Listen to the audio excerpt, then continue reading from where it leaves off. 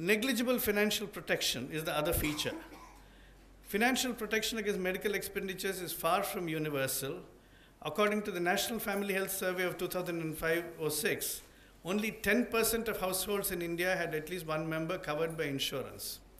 Now, this also affects access to health care, the demand for health care and access to health care. In 2004, 28% of ailments in rural areas went untreated due to financial reasons, up from 15% in 1995 to 96. Clearly, as healthcare costs rise, people are less likely to seek healthcare because they're worried about the economic costs and impoverishment. Now, there is a clear failure of the insurance markets. The insurance sector remains weak and fragmented despite a number of medical insurance schemes operated by central and state governments. Apart from CGHS, ESIS, and others, we have now a profusion of insurance schemes that have been launched by various states. And this again enters into the equation of the political climate. Suddenly, in the last 4 or 5 years, health has become an area of electoral appeal in the politician's mind. After YSR Reddy declared, before he died in the helicopter crash, but after the re-election, in an interview that he owed his success to the Arogyasri scheme and the 108 emergency services scheme, virtually every other chief minister sat up and took note. And now you have the Kalainar scheme in Tamil Nadu, you have the Vajpayee scheme in Karnataka, you have the Mukhyamantri scheme in Rajasthan, and you have one other scheme in Delhi now coming up in February. So you have now virtually every single state getting interested in how to spend a little more on health with a populist label attached so that they can actually gain popular support. Now that again brings in the question that this is the right time to intervene with a framework for universal health coverage before all the horses are bolted out of the stable. Then it's going to be very difficult to contain them. Any chief minister who has launched a scheme to which his or his party's name is attached is unlikely to pull it back, and we have to try and integrate them in a meaningful fashion at this point in time so that they actually yield value. Because many of these schemes, as we clearly see, are covering tertiary care. Even the Rashtriya Swasthya Bima Yojana, which is the other health insurance scheme, is covering secondary care as well, and there are some problems that have been associated with RSBY.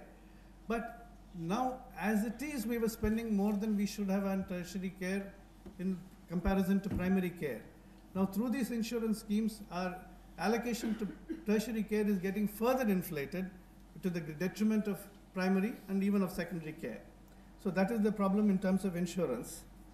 And private insurance in health is a financially unviable proposition even for most of the companies. Interestingly, we invited presentations from some of the companies, and those who are dealing with RSBY, they came and said, you know, in Kerala, the problem is people are educated and they want to access health services. The problem is because there is a high utilization rate.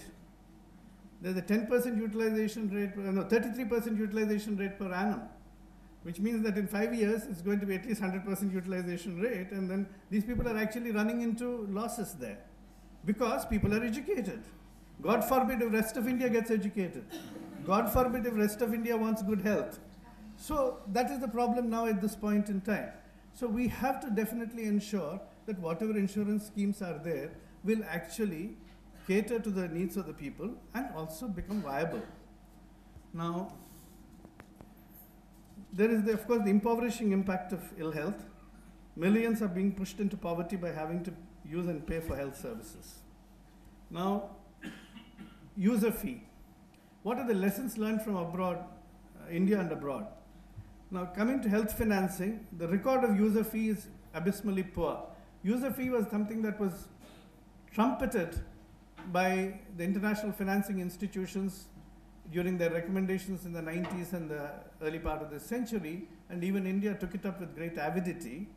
And now we have evidence from multiple countries, even from regions of Canada in the developed world, but certainly from many developing countries, including Uganda and many other African countries, that user fee is inefficient and regressive. and inequitable.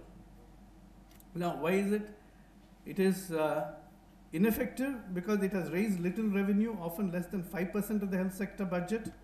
It is inefficient due to high administrative costs and unutilized capacity caused by low levels of demand, and inequitable because as it reduces access for the poor.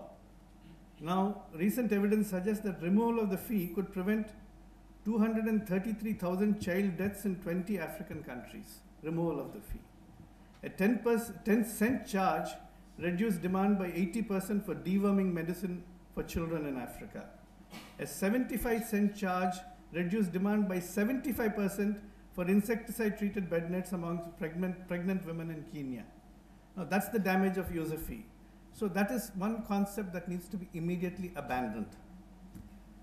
Now, therefore, taxation is emerging as the only viable option for mobilizing revenues to achieve the target of increasing public spending on health to achieve universal health coverage. Now, the reason is that we can talk in terms of social health insurance, and in fact, some of us have even talked about social health insurance in the past. But it is very clearly recognized that while social health insurance may be an effective mechanism for mobilizing resources for covering health, in developed countries where most of the people are in the organized formal workforce, in a country where there is such a large informal unorganized workforce, getting contributory health insurance is going to be administratively difficult, and it's not going to be an easy process at all to monitor and maintain. So the financing strategies, if you look at globally, what has worked?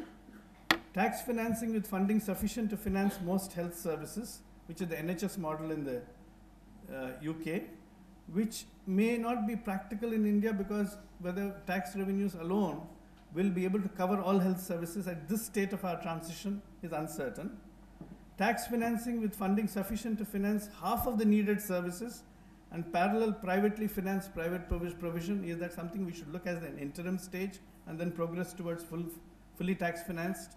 Those are some of the issues that we need to look at. Social health insurance and general revenue subsidies, obviously this is hard to implement due to the presence of a large informal non-poor segment. Now, in terms of, we clearly need to raise taxes, there's no doubt about it.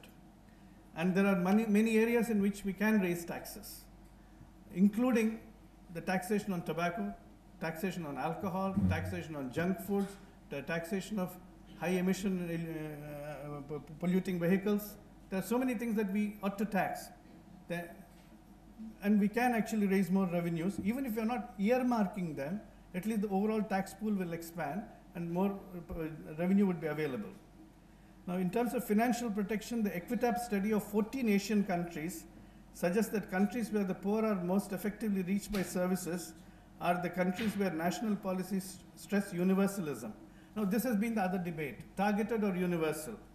Now, we know fully well that targeted programs are seemingly well intended, that they are supposed to reach out to the poorest and the vulnerable, and they are supposed to provide some specific services like pregnant women and children or the poor people. But the experience has generally been that services meant only for the poor are also poor services. They do not succeed because the bulk of the richer sections have no interest in maintaining the quality of those services, and they tend to deteriorate. More importantly, the principle of cross-subsidy is lost. If you want cross-subsidization of the rich for the services to the poor, unless you have a universalism which brings in everybody into the bracket and brings in that element of cross-subsidy, you're not going to get in this amount of resources and revenues that are absolutely required.